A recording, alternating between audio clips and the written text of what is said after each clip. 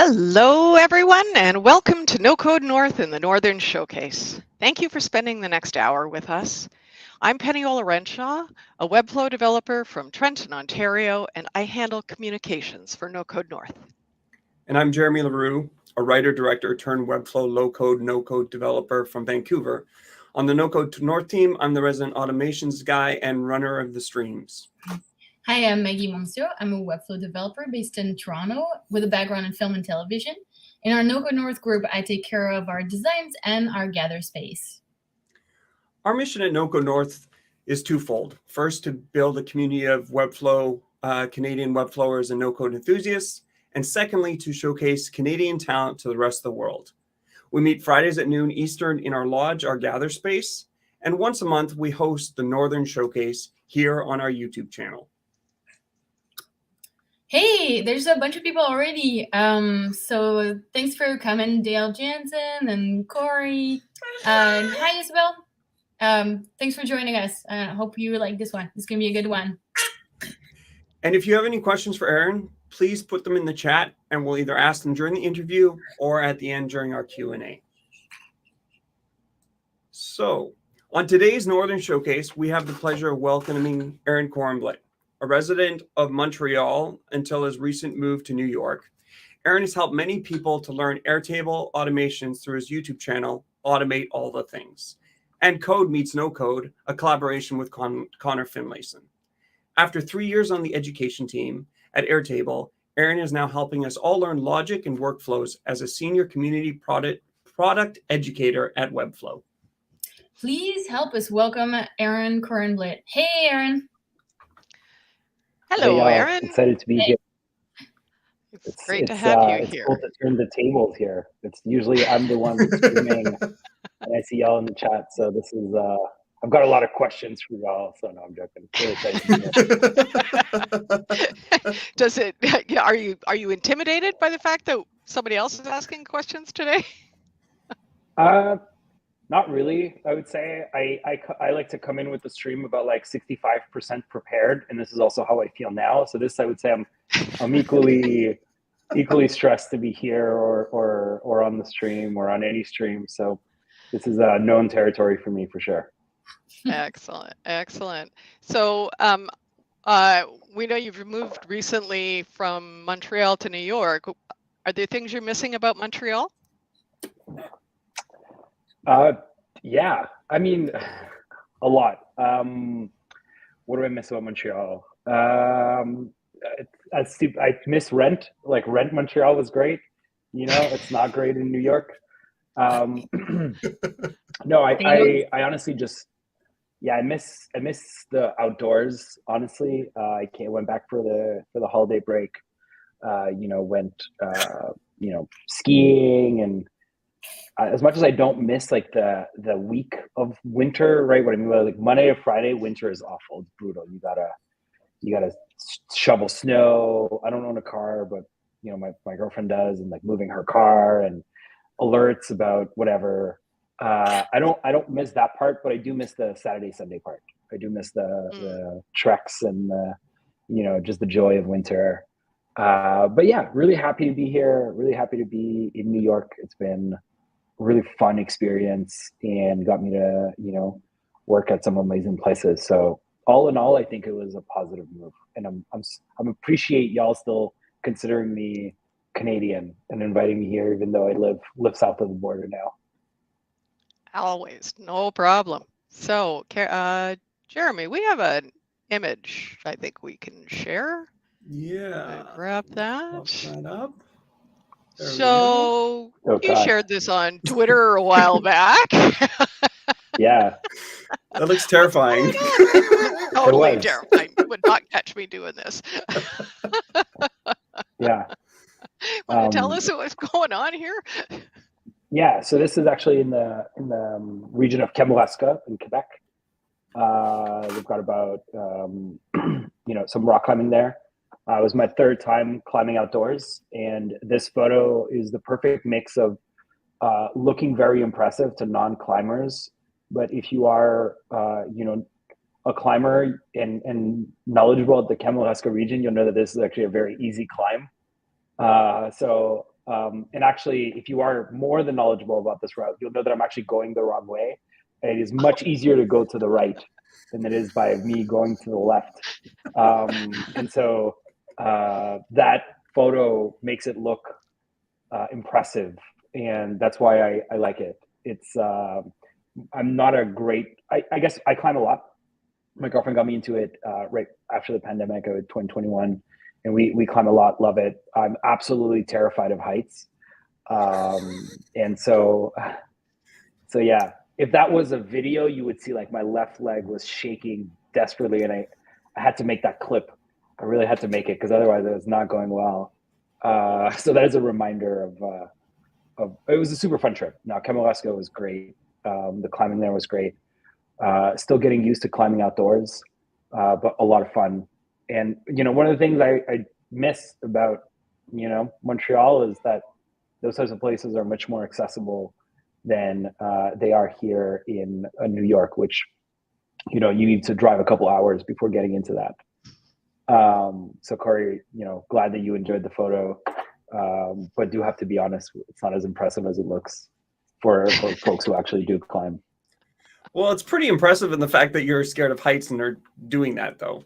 Like that's like that in itself is kind of an impressive feat. Like you just Yeah. I mean, I think it's one of those things where I tend to enjoy like the things that kind of scare me. I think that's what brings me to streaming as well. It's like there's always that kind of nervousness and that little butterfly feelings in your stomach.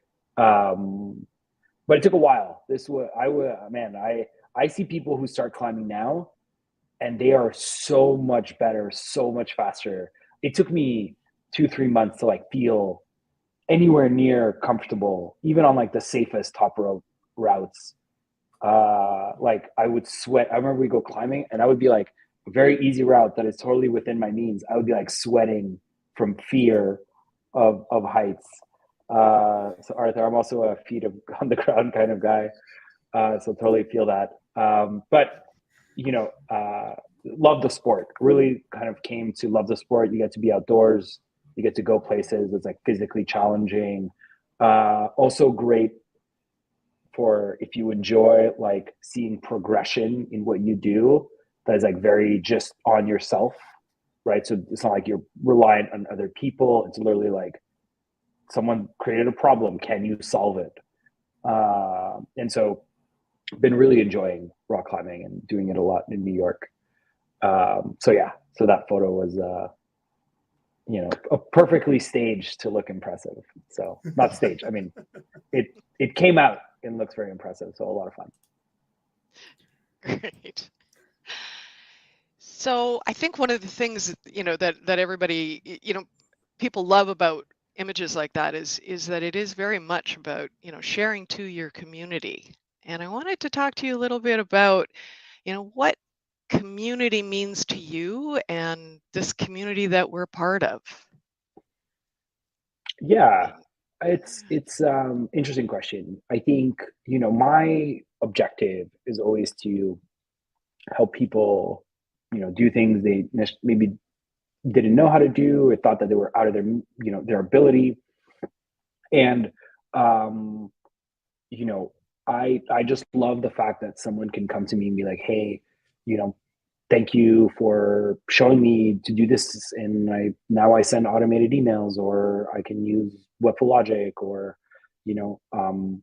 and I never kind of thought of let's go out and build community. I know some people like, I don't ever think of like, I want to meet people on the web. It just so happens that the type of people who enjoy that type of content are just people who I think are really cool and like to spend time with. And so that kind of came up organically. And it's been really interesting to see the community grow both in Canada, here in the US, and just globally. Yes, it was a little bit about NoCode. I think now it's just more about enabling people to do whatever it is that they want to do in a non-technical way, if you will, right? But even like code is much more accessible today. Everything is much more accessible today. So I always think about this as like, I do this because I want to learn myself, and the best way of learning is often to teach. And I love my personal stream. I bring people on because there's only so much I can kind of pack in my brain in a week, and other people can show me stuff. And the community that comes out of that is just great. It's like the cherry on top, right? And it's often the people I want to hang out with anyway. And like you're a good example, Penny. We've known each other for years now. I remember, you were one of the early joiners, and thank you, by the way. Appreciate that. And yeah, it's just, I never think about like how to build community, or I'm just like, if I enjoy this thing and there are other people who enjoy it, that's great. Like, we should definitely hang, because we're both a weird breed of people who like weird things, and that's awesome. So that's how I think about it. Maybe that's not like the most, businessy way of thinking about it or whatever, but that's just how I approach it. I think it's a beautiful human way of looking at it, and that, I think that's one of the things that I find with this community is just how human everybody is. That, business is there, but it's also about connecting and the way we connect with each other. Yeah, absolutely. Yeah, so you've talked about that love of teaching, and in the past and other streams and in other places you've talked about hosting dinners for friends as the way you got started with all of this. So tell us a little bit about what that sort of impetus was, or what that is for you to share that knowledge. Yeah. The backstory of Automate All the Things, every time I say this story, I can imagine my friend like listening in, being like, "This is not true. This is not how it happens. Stop telling people that I suck at whatever." So my friend, my best friend was like asking me about, just basic questions in Excel, and how do you count days between two dates? And I was like, I can't believe people don't know this, right? And natural reaction was like, I need to figure out whether all of my friends are in this situation, right? Are they all kind of using a lot of their time on maybe not the most useful, like copy pasting information from point A to point B. And then, started those dinners called Automate All the Things Dinner, where I would literally invite people and they would have to write in with what their problems were. And I would show them Zapier and Airtable and things like that. And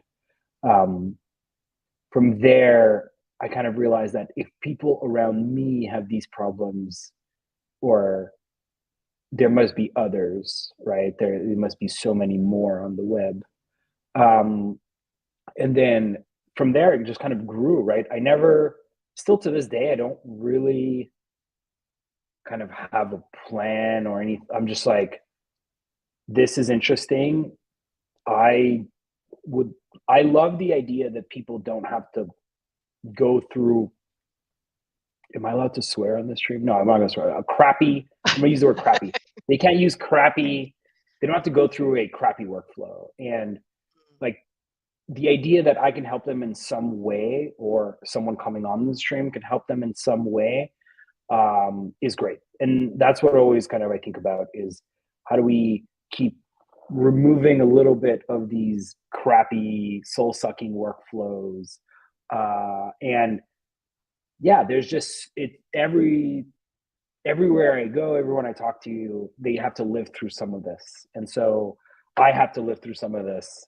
So my goal is always to be like, if I learn something, there's probably someone out there who wants to can kind of benefit from that as well. So everything else, again, is just kind of, it happened, right? The stream, working at Airtable, at Webflow, all kind of grows from that. And yeah, it's just a lot of fun. So you said that the job at Airtable came out of that work. How did that happen? Did they see that you were talking about Airtable and reach out, or what went on there? Yeah, that would be such a great story, right? Like, guy from Montreal starts doing weird streams online about Airtable, and Airtable hires them. It's not the story. at all. I applied to Airtable. I knew someone who worked at Airtable. Airtable was about 150 people at that point. We were 2020, before the pandemic, so we're talking like late 2019. And the weird part of this whole process is everyone who interviewed me, I was like, by the way, I have this YouTube channel and I created the Essential Guide to Airtable. And they were all like, whatever, man, that's cool, but got fish to fry here. And so I got a job as a customer success manager. And the first day I joined, I told my manager, I'm like, hey, by the way, I have this course on Airtable. And everyone was just like, okay, whatever. Like there was like, Airtable was growing at this pace. And it was like, thanks for letting us know about this niche project that you're working on.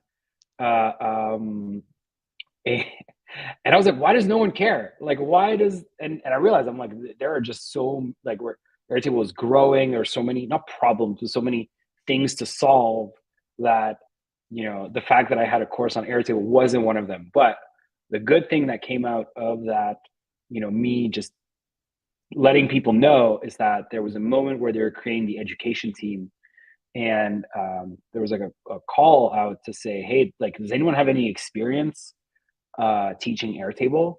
And someone high up enough was like, yeah, we just hired this dude who keeps talking about this course that he created, and maybe he would be good for that. And so Katja, who actually now works at Webflow with me, was running the education team at Airtable, and was like, hey, would you be interested in joining our education team? And I was like, wait, you have to tell me I don't have to speak to customers. I get to do this, full time. I'm already doing it, right? And so yeah, the kind of switch made sense. And I think it was one of those good timing at the right place. And also just the fact that, like, I had onboarding new customers and I had to offboard them within 2 weeks. And Airtable was at a size of a company that was okay. And so yeah, and that's how that happened. And then the pandemic happened, and I started doing webinars 8 times a week. So got a lot of practice in doing things live. Then started doing on-demand videos there. So kind of lived through a lot of the different challenges of creating content remotely, in person, and so yeah, so again, it's there's a great story here that is like, I emailed Airtable, I was like, I'm a content creator, would you like to hire me? And they were like, absolutely. But no, it wasn't that at all. It was just happenstance that that team was formed when I joined. And yeah, it's great. I mean, I can't complain. I love it. I don't speak to customers. It's great. And not that I don't like speaking to customers, more that I like this idea that I can do something once and then people will just watch it, and it gets, kind of provides, I think, more value to more people in doing it that way than like going to, these one-to-one explanations and things like that. So, Right. So that is a story. And maybe one day I'll change it to be like, it was all preordained. I had this vision, right? I started dinners. I was like, I'm going to go work at Airtable, and then I'm going to join Webflow. But yeah, that's actually how it happened. We are on the internet, and this is being recorded. So, and along with all of the other times you've said it, I think you're sort of stuck with this story. Sorry. However, maybe Patrick, I'll change. You're right. That's a good point. I'm stuck with this, but that is the truth. Luckily, what I'm stuck with is what happened. Exactly. So Patrick Corsetti is saying, I think you have to bring back the hosted dinner idea with an AATT cooking stream / interview for a guest. So the question is, were you cooking the dinners that you were then serving to people, or did they have to provide dinner? No, so I did not cook the dinners. What we would do is everyone would chip in $20 and we order sushi. So that was our way of doing that. I could bring back like the theme of the dinner, not in person because my apartment's too small here in New York. Another drawback of New York. But would entertain the idea. If anyone else wants to organize an automate all things dinner, I'm happy to help you there as well and facilitate. Well, Maggie's suggesting that we should do one in Toronto. So next time you're coming up Absolutely. this way, let us know. Now you can host one, Maggie. I can, you can take the branding, you can host it. I have full faith in you. All righty. So the 2019 NoCode Conf, I had asked Connor about it on the stream that we did with him. And I often hearken back, as that was kind of where I sort of first really got into Webflow. And it seems like it was a pretty big catalyst for a lot of people who've become quite active and well known in the community in the past couple of years, and actually quite a number of people that you have worked with and made connections with. So can you imagine what your life would be like today if you hadn't gone to that conference? And do you think you'd be working at Webflow right now? Yeah, it's a good question. Well, I think the biggest thing, obviously I met Connor at that conference. And so, out of that grew a ton. Colleen also met at that moment. And basically Colleen, without Colleen, I don't think Automate All Things exists today. She runs most of the operations, or kind of, basically runs it. So, so shout out to Colleen. And I met actually David from Airtable at that moment, who became close with that Airtable. So I do think it was like a moment in time, a special conference. Ben also at that conference. And so I do think it was one of those moments, but would I be I don't know. I can't say that. Yeah. I can definitely tell you that I would still admire Webflow, right? In that, Webflow is kind of, I think, the best education content creators out there on the web. And I don't think the conference had anything to do with that. It's a showcase, obviously.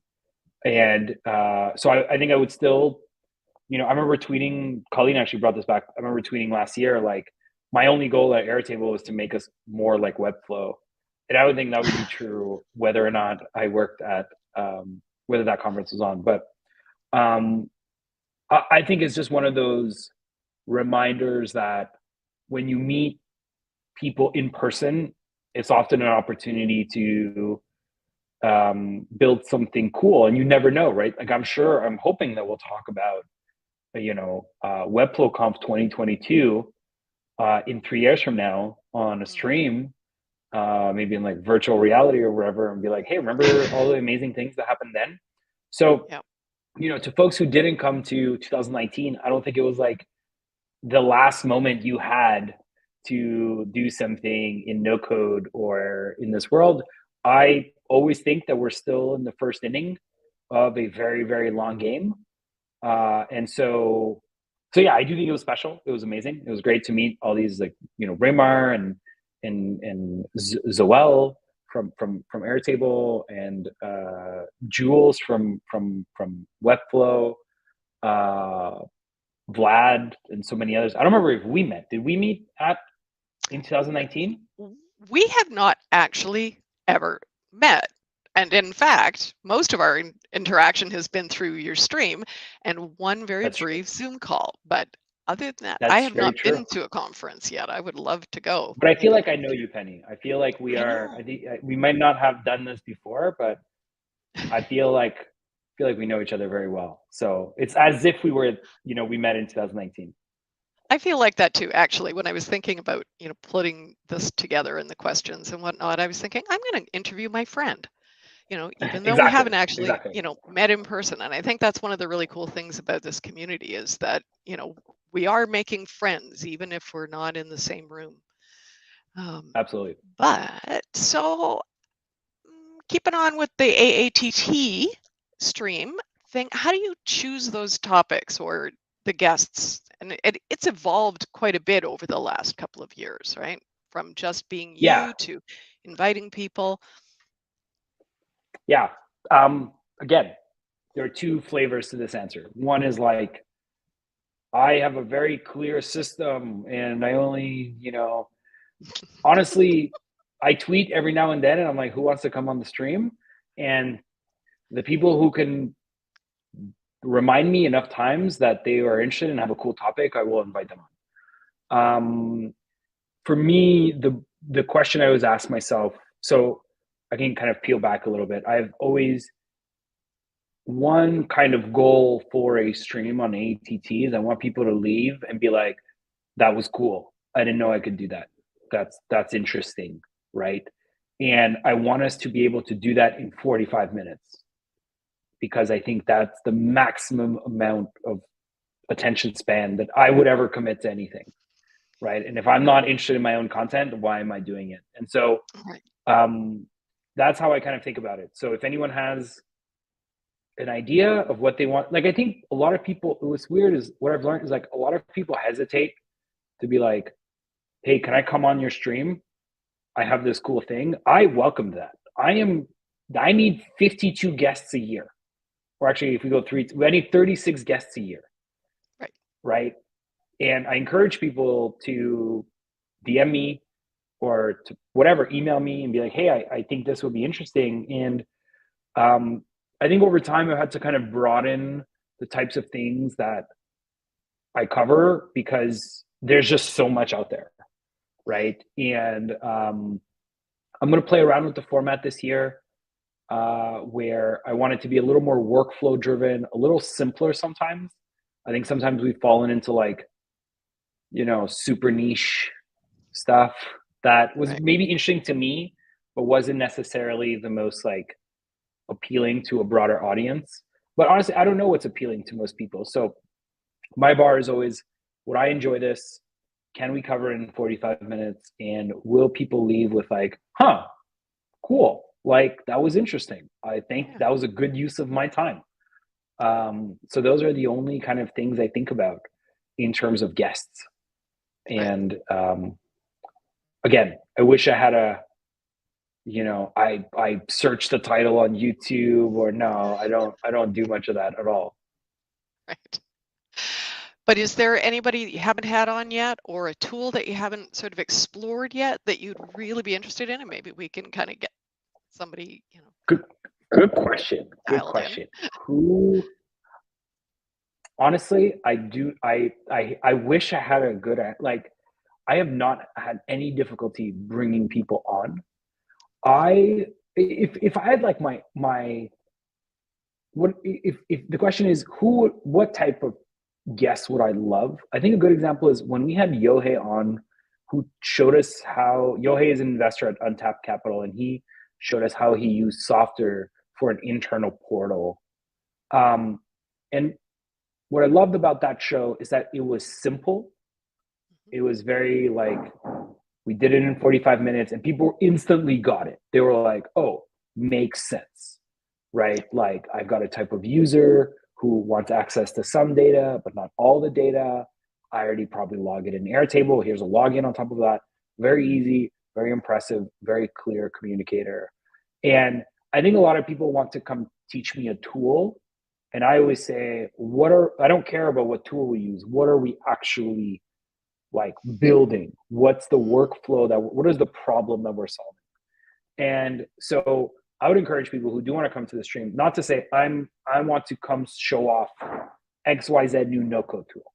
I don't care. I'm not waking up in the morning and like, I want to learn tools. But if someone comes on to me and says, hey, we had this problem at our company, right? Where it could be field workers needed a way to fill out a form on the go, right? Or, hey, we found this really cool way of using Figma with Airtable to generate assets. Or like, we had this big problem and we've solved it. That's what I want to cover. And that's what I want people to show off. So as Josh says, jobs to be done. I think that's correct. And or someone who's like, I have this crazy idea, right? Like, in a couple of weeks we have Katie, who I used to work with at Airtable, coming to show us how to do process mapping in FigJam. And I'm like, that's really cool, right? Yeah. So that's how I think about it. And I think a lot of people, last thing I'll say on this is that if they're watching and they're like, oh, I don't know enough, or, what do I really have to show? You'd be surprised. Come on. I'm sure you've got someone to teach us. And I can tell you from my Twitter DMs, a lot of people are not hesitating to show me things that I don't necessarily care about. So I'm sure whatever it is that you want to show me, it's probably better than 95% of my Twitter DMs and the pitches that I get. So don't hesitate. I'm welcome it. I want to hear it. And I'm sure what you've got to teach is great. Cool. So you've kind of shifted from, well, I was going to say you've really shifted into APIs quite a lot. And that was sort of started pre-Code Meets NoCode, but then with Code Meets NoCode, you really kind of ramped up that content and built that community, which unfortunately has now left us. But it was really valuable to a lot of people, and I think. But I'm wondering what was the impetus? What was the reason that you moved on to APIs as opposed to just using all the other no-code tools like Zapier or Make or things like that? Yeah, it's a good question. Personally, I think I get, we get into these weird conversations around what tools should you use, and Airtable, Asana, Zapier, Make, and I just get very tired of those conversations. And for me, it's like, if you understand the building blocks of whatever it is that you're building, doesn't matter what tool you use, right? If you understand what a good workflow looks like, it could be an Asana, it could be an Airtable. And I think you just do a better job of being like, hey, we're hitting the limitation on this, right? And I think it's something to teach someone how to use Zapier. It's something else to teach someone how to understand how two tools can be connected, of which one option is Zapier. And I will always try to teach people how to fish, and that's how I prefer, right? As of like, I use Zapier all the time, or I will use Make all the time. But ultimately, I don't learn how to, like, Zapier is just an easier way to write an API call that I know how to write, right? And I think that is more fun for me to teach. I think it's a better way to learn. And so I think that's what kind of motivates that. And I think it's also what motivates kind of my approach now, which is like, I've spent a lot of time teaching people how to use a tool like Airtable. And kind of a stupid realization that I've had is like, people may know how to use the tool, but they don't necessarily understand how to build a good workflow, right? And similarly, I think at Webflow or whatever, they may understand what a good website looks like, but not understand the building blocks of HTML, CSS, and JavaScript and CMSs to build a powerful website, right? And so I'm pushing myself much more to ask myself, like, okay, what could I show, or what have I learned, or what can people teach me that is applicable across all tools, right? Versus like, here's this niche thing that I can teach you in Airtable that you might be like, that was cool, but not very useful. And yeah, so that was the kind of impetus of like, okay, let's actually learn how to write code so that we then have such an easier approach to using all these no-code tools, because we just kind of get it. We understand the building blocks. That was a long-winded answer. That's okay. It's good. Yeah, I was actually thinking about, one of the things that I find with Airtable that I'm still struggling with. I love the concept of databases. I've always been really into that sort of organizing and breaking things down and getting down to, one single point of information for each thing. But the thing that I find is that there's so much focus on the tool and what the tool can do that sort of, how do you start? How do you structure, a good database, right? That, Yeah. I think that's something, and with all of the tools, I find that, that it's like, here's all the fabulous things that you can do with this tool, but it's like, well, first of all, why? Why Right. should I? And then, and how do I harness this thing? And Yeah. I have to admit, you have a new course that you're offering, and I don't think I've gotten up to the database structure section yet. You should. It's good. But I'm Yeah. looking forward to so, that. Yeah. So I think with the Ultimate Guide to Airtable, it was kind of like a dual approach, right? So I wanted to teach people like every section starts with like the theory, right? What is a view? What is a linked record?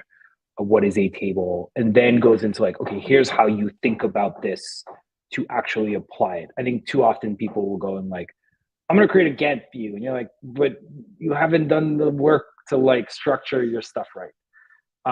And I think, I don't know how much is interesting to people, but like as someone who now educates for a living, it's hard when you work for a company to be like, hey, let's create content that doesn't feature the tool, right? Like from an org perspective, you're like, why would we do that? We have a tool. Why wouldn't we show how our tool solves this problem?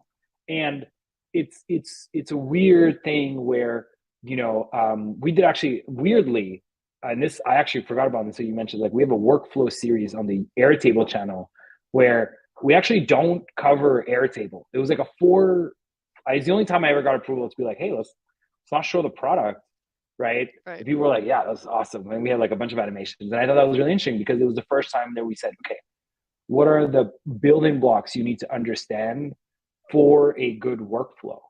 And then you could think about like, okay, how do you apply those principles to whatever tool? Ideally Airtable, because there's a business there, or ideally to whatever tool. But actually, I think at Webflow we do a better job of that, of like teaching people the basics of CSS, HTML, obviously through the tool. But if someone then goes off and wants to write their own code, that's totally fine. Like there are more likely to see value in a no-code tool if they're like, yeah, I understand the code, but like, wow, that's a pain. This is much easier. And that's also the goal of the company. So that is why I think it's sometimes hard. You don't see a lot of companies out there educating just like from a theory standpoint, because it's hard to get buy-in in the org to be like, let's not feature our tool, right? Right. And so, but you're totally right. Yeah, I think we get the most out of it when we understand how to use things, to their full extent. So, you recently made a big move from Airtable to Webflow. Was that your decision to leave Airtable? Did Webflow come knocking on the door? How did that happen? Yeah, hard-hitting questions, Penny. I'm trying. So, yeah, no, you can, go for it. Ask the question. So, the idea behind leaving Airtable is, I spent 2 years at Airtable, and I loved it. I think people at Airtable is great. The tool is great. Absolutely loved everyone I worked with there. So shout out to all of them. I kind of realized that, I'm going to be doing this for a while. I feel like teaching people how to build things in no code or code or whatever it is, like I just really enjoy this. And I spent so much, Penny, if I could tell you how much time I've spent to figure out how to record a browser, I have so much niche knowledge about how to make a browser look good. Okay. Like insane amount of JavaScript and CSS and screen flow settings, just documents and documents of that. And I was talking to Emily, who worked at Webflow, and she got hired at Webflow. And she was like, "Hey, would you ever entertain the idea of coming to Webflow?" And kind of two conversations, and that kind of clicked for me. I spoke to Stacy, who I today have the joy of working with every day. And, you know, we got on the conversation of like recording browsers, and sometimes you just have this feeling of like someone who understands your problem, right? I feel like Stacy and I, or a few other people who work in like recording browsers, understand how freaking difficult it is to make browsers look good on the web in a Right. recorded fashion. And I was like, and you know, Stacy was like telling me how she does it. And I was like, oh my God, we've been thinking about the same thing for years. You just solved it, right? Ah, So much better than I have. Right. And at Airtable, it was often like I would just kind of go around in circles by myself to be like, has anyone ever thought of this? Like, and it was just a smaller team, right, with less expertise in that.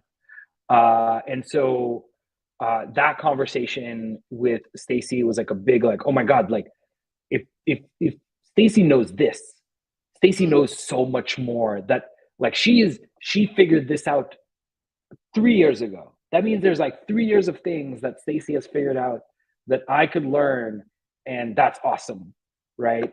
And you know, building this studio and figuring out what the stream is and the design, like all of that has been such a learning moment for me and so much fun, and a tool that I love, right? So I don't know if it's like Webflow reached out, or I was like, hey, this is amazing, you know, and spoke to the whole team. Obviously, knew most of the team, and yeah, it's been like a everyday learning from the fire hose, or drinking from the fire hose of like all that institutional knowledge, and it's a lot of fun. It's a lot of fun. It's really cool. It's awesome that I could keep working with the tool that I love and get exposed to like this knowledge that other people have that I've been trying to figure out in a very niche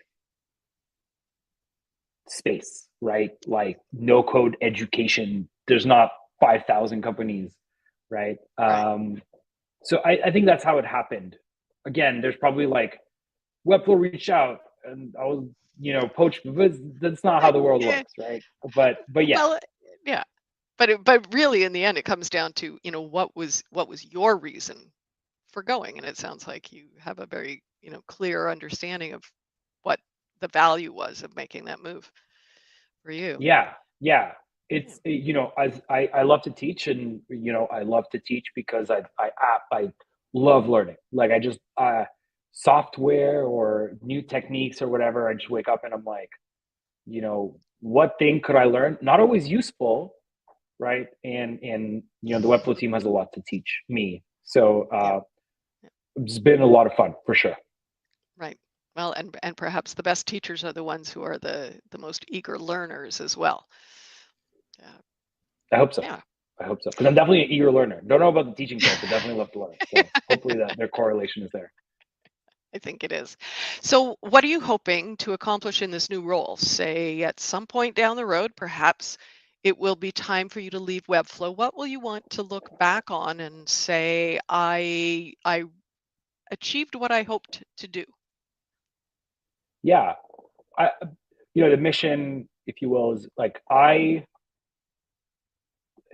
few things there, right? It's a really good question. I think from a personal standpoint, I want to, you know, learn what great education is. Like I think I can do a good stream, right? But there's so much more to creating like an education program, right? Right. From internal buy-in to what your infrastructure looks like, to what good content creation workflows look like. There's a lot that works extremely well at Webflow that happens behind the scenes that is extremely interesting to someone like me.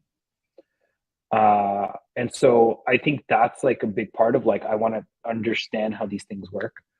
I think also just like contributing, right? Like being able to say like, hey, you know, when I joined, you know, Webflow's education team worked this way, and, you know, I included these kind of improvements.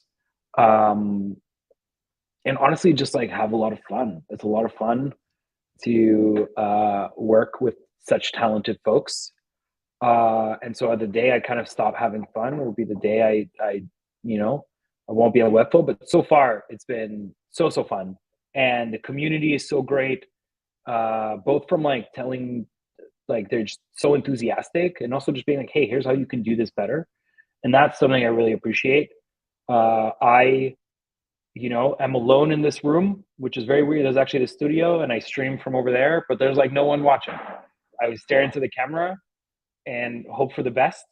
And so when people come and say, hey, you went too quickly on this, or here's what I'd love for you to cover, it means a lot, right? Because I don't have an audience. I don't know what people are feeling or seeing or struggling with.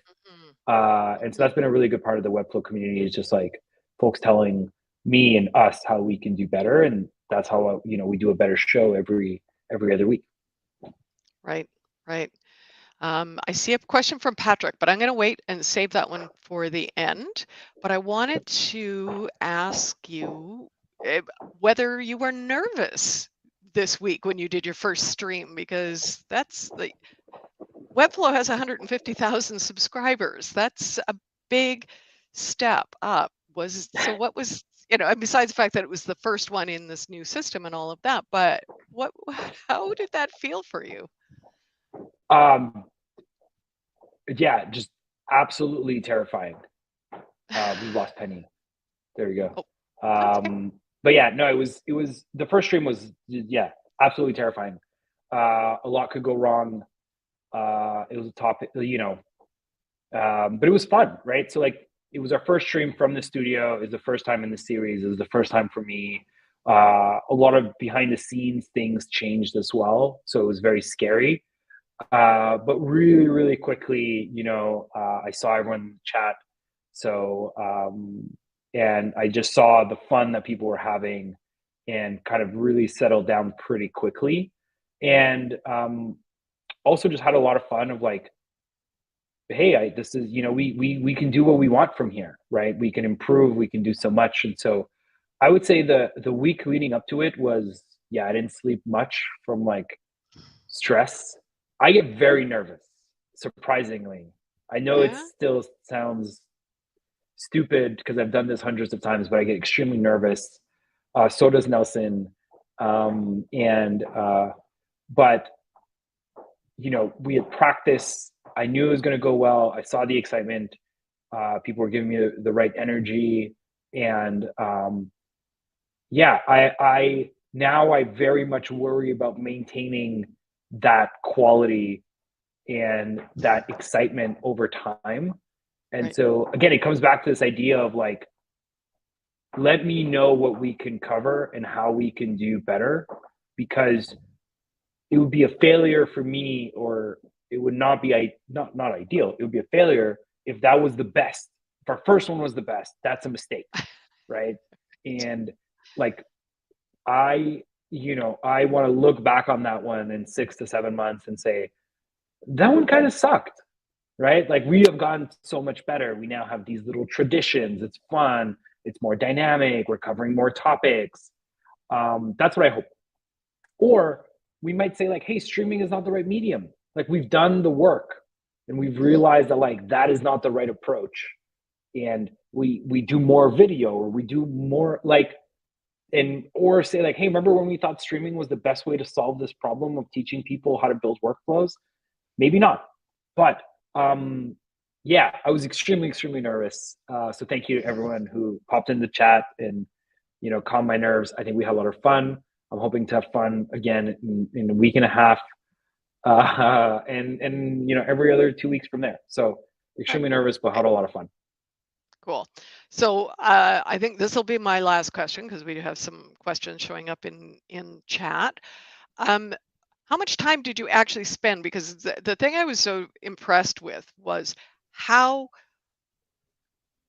totally cold you knew your material, and you had everything just laid out exactly so that you just move from one thing to the next. How much time did you spend actually putting the material for the stream together?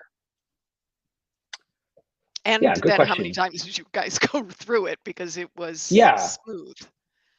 So I think the one thing that you learn by streaming a lot is time management, right? So, I broadly know what I'm going to cover, like obviously I know exactly what I'm going to cover when I'm doing a Webflow stream, right? Right.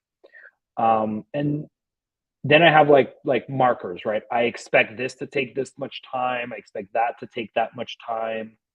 And then I'll look at the clock and be like, okay, I need to kind of speed up or slow down, right? Based on where I'm at and how it's going. So I would say that I didn't spend so much time covering the like, what are we going to cover? I can send to HubSpot really quickly, right? I can do that in 3 minutes. I think the question is more, how do I make sure someone watching who has absolutely no experience in this leave with that, like, I get it, and I feel confident that I can kind of, understand most of this. And so that's where we spent the most amount of time, or where I spend the most amount of time.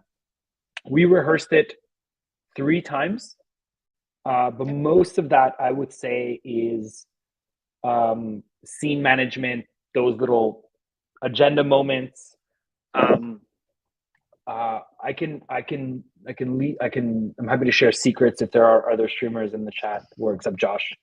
Josh knows all my secrets. But how I think about it is that I always think about, okay, what videos do I want to create later such that someone could understand each section independently, right? Okay. So I say, okay, we have 3 sections broadly. How do I script it or say it in a way that they could just watch section 1 and be like, okay, I understood. They can watch section 2 and be like, that was valuable, that's good. Section 3, and then I do like subsections. I'm like, okay, when we're doing API calls, what are the big parts that people need to understand? And how do I explain it in a way that they can just watch like authentication? They can just watch the CRUD. They can just watch the body, right? And together that makes it so that it's a cohesive show, but also that each segment is valuable on its own. That is not how I approach ATT. ATT is like, we'll see what happens, man. Like, but sometimes on ATT, if someone says something that I think might be confusing or that doesn't stand on its own, you'll notice I often rephrase what they're saying. I'm saying, hey, if I understood you correctly, this is what we're doing right now. And that's just a different way of doing those little standalone, really some community theory here, how to teach. Lots of fun. Yeah, but it's important, and it really does help, people understand when they watch. All right, so that's the end of my questions, but we do have some from Those the are audience. easy, Penny. Jeremy? Give me the hard, I was trying to come up with questions. some really tough ones. All right, it's so a Canadian stream. Yeah, Jeremy is going to bring up some questions we have from the audience. So here, Patrick Corsetti is asking, Aron, do you think the benefit of low-code, no-code tools that look to replace more complicated databases and back-end automation tools, and here's part 2, outweigh the benefits of building something using a more traditional approach, where you might have a more concrete understanding of how the tool functions in the end? Yeah. So actually, funny enough, it's something I think a lot about, and I recently wrote like why the problem is not your tools, it's you, which is, my newsletter from 2 weeks ago, is that I think a lot of the no-code community feel like their tool is the limiting factor of working faster and better. And I just don't think that that's true. In most cases, the limiting factor is whether people understand their workflow and understand how to improve it, right? Like, you really have to be really dialed in to be able to say this, this more, like even record limits or very rarely have I seen a workflow or a process that was limited by the tooling involved, more so that people thought that better tooling would solve their problem. But in fact, that is that they had an unclear understanding of what are the inputs, process, and outputs of their workflow, right? An example is like, someone's like, well, Airtable is more powerful than Asana. Why would I not use Airtable? And I'm like, and I use Asana as an example. It doesn't matter, like Monday, whatever. It doesn't, spreadsheets, right? And I'm just like, well, your spreadsheet sucks, right? Like it's just not, you're not cleaning it up. It's not up to date. The numbers are wrong. You can't tell me what goes where. And by taking your workflow that you don't understand and putting into a more complicated tool, now people have to learn this new tool and they hate it, right? So I always encourage people to be like, okay, well, you can do some tests here, right? So can you clearly tell me what the steps are in your workflow? Can you, as the person trying to upgrade your tool, can you tell me? Second, if I take everyone who works in your workflow and put them in separate rooms and be like, what is the process? Would you have a clear, cohesive kind of, explanation of what the steps are? Because I might know the steps, and you, Penny, who I work with, have like completely other steps. Well, doesn't matter what tool we're using. We got to figure that out first. And then third, are you like improving? Are you actually identifying issues in your tooling like we're not sending a notification, right? That is important. Okay, great. Like, can your tool do that? No. Is there a way around it? Can you use your existing tools to fix that? And once you've gotten to like 30, 40, 50, 60 of those improvements, and everyone's like dialed in and you're like, hey, we're hitting the limitation of this thing. Yes. Go and research what tool, go upgrade to Salesforce, go pay the whatever. But too often people start there, right? And it's very personal to me because they're like, oh, you're the Airtable guy, right? So obviously you want your workflows to be I'm like, I don't care. I don't care what you use. If you want to use Monday, just tell me what you need from me. Tell me how we work together. And if that is extremely clear, I really don't care what tools people use. And so yeah, there are tools pushing what's possible with no code and in general what's possible, and those are amazing. But rarely do I think the power of the tools that you're using is the limiting factor in you producing good work, right? That is my current answer. I got on my soapbox there a minute. Yeah. Yeah. Well, I've always appreciated the agnostic approach to the tools that you've had, because I mean, it's clear with Automate All the Things that's kind of like there's so many different tools. A lot of them do the same stuff, so you find the right tools that work for you and learn how to use them well. And yeah, it's all about the processes and stuff like that, which is really awesome.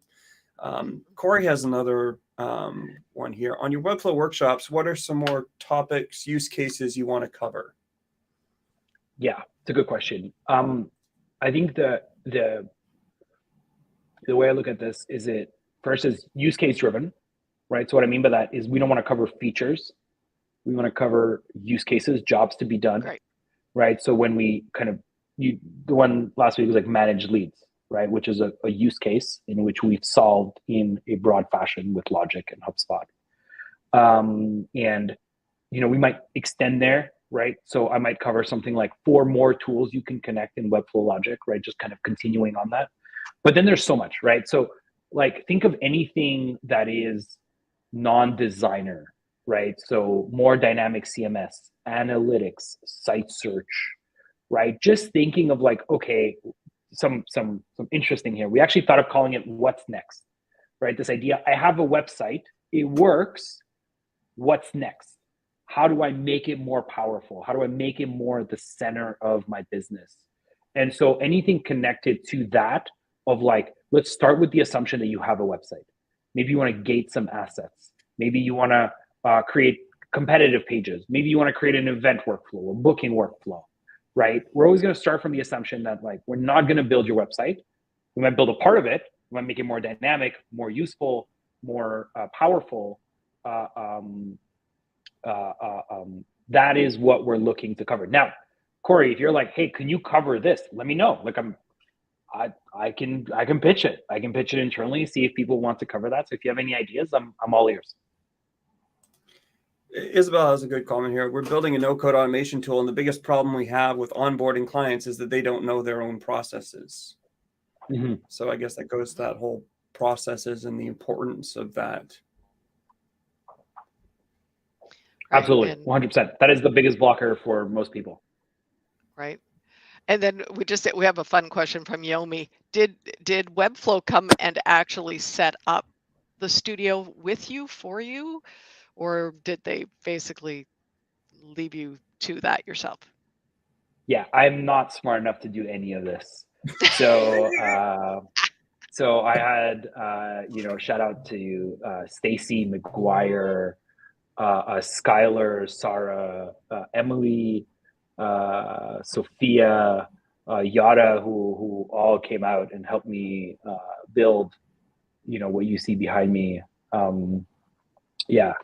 So yeah, there was a lot of behind the scenes of building this, and yeah, it was far from. I was the least contributing player in building this studio.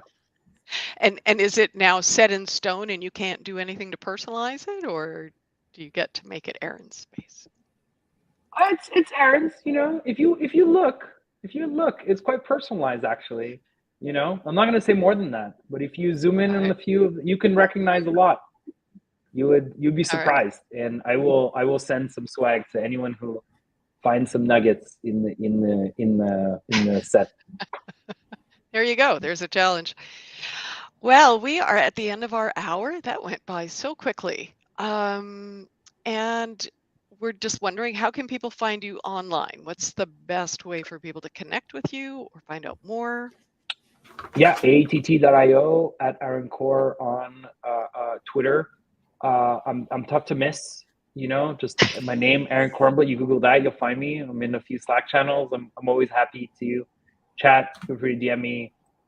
Thanks to you, Penny, Jeremy, and Maggie. Thanks for having me on. This was a huge blast. And thanks to Isabel, Yomi, Dale, Corey, Arthur, Patrick. Thanks so much for coming out. It was a huge joy. Go Canada. Excellent.